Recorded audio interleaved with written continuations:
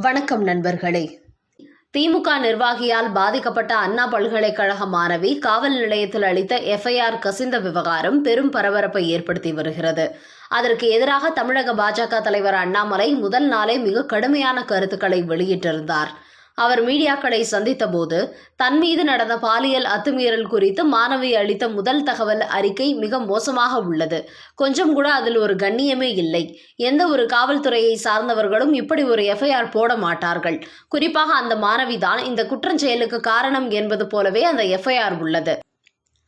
காக்கி சட்டை போட்ட எந்த ஒரு காவல்துறை அதிகாரியாவது இப்படி ஒரு எஃப்ஐஆர் பதிவு செய்திருந்தால் அவர்கள் அந்த பதவிக்கு அருகதையற்றவர்கள் என்று கடுமையாக விமர்சித்த அண்ணாமலை காரி உமிழ்ந்தார்.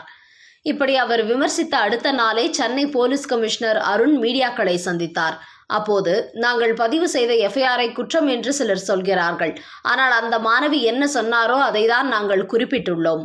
அதோடு அந்த எஃப்ஐஆர் இணையத்தில் வெளியானது பற்றி எங்களுக்கு எதுவும் தெரியாது. அது குறித்து விசாரணை நடைபெற்று வருகிறது என்று கூறியிருந்தார்.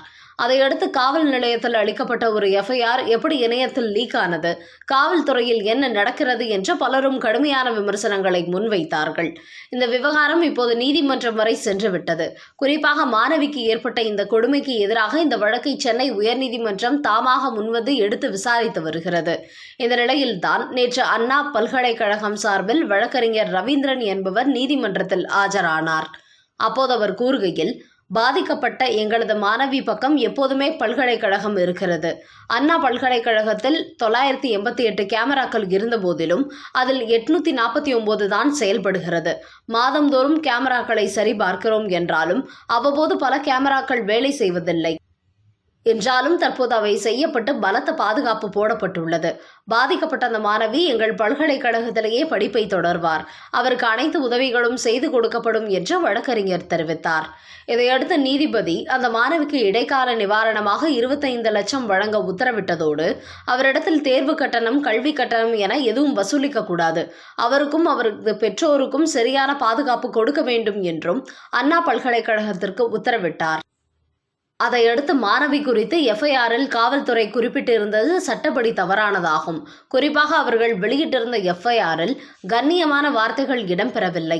இப்படி ஒரு எஃப்ஐஆர் பதிவு செய்ததற்கும் அதை ரகசியம் காக்காமல் லீக் அவுட் செய்ததற்கும் சென்னை கமிஷனர் அருண் பொறுப்பேற்க வேண்டும். அவர் மீது தமிழக அரசு சட்டப்படி நடவடிக்கை எடுக்க வேண்டும். குறிப்பாக பாதிக்கப்பட்ட ஒருவர் கொடுக்கும் எஃப்ஐஆர் வெளியாவது புகார் கொடுத்தவருக்கு பெரும் பாதிப்பை ஏற்படுத்தும். அதனால் சென்னை காவல்துறையின் இந்த செயல்பாட்டுக்கு தமிழக அரசு நடவடிக்கை எடுக்க வேண்டும் என்று நீதிபதி திட்டவட்டமாக தெரிவித்துக் கொள்கிறார். இதன் காரணமான சென்னை காவல்துறை ஆணையர் அருண் மீது சட்டப்படி நடவடிக்கை பாயும் என்று தெரிய வந்துள்ளது. குறிப்பாக நேற்று சென்னை உயர்நீதிமன்ற நீதிபதி சொன்ன இதே தீர்ப்பை தான் தனது கருத்தாக தமிழக பாஜக தலைவர் அண்ணாமலை அந்த எஃப்ஐஆர் கசிந்த அன்றைய தினம் மீடியாக்களை சந்தித்த போது ஆவேசமாக தெரிவித்திருந்தார். எஃப்ஐஆரில் உள்ள குற்றங்களை சுட்டிக்காட்டி காவல்துறையை மிக கடுமையாக விமர்சனம் செய்திருந்தார் அண்ணாமலை. அவர் சொன்னது போலவே தற்போது சென்னை உயர்நீதிமன்ற நீதிபதிகளும் காவல்துறையின் இந்த செயல்பாட்டை கண்டித்திருப்பதோடு சென்னை கமிஷனர் அருண் மீது தமிழக அரசு நடவடிக்கை எடுக்க வேண்டும் என்றும் உத்தரவு போட்டுள்ளார்கள் என்பது குறிப்பிடத்தக்கது.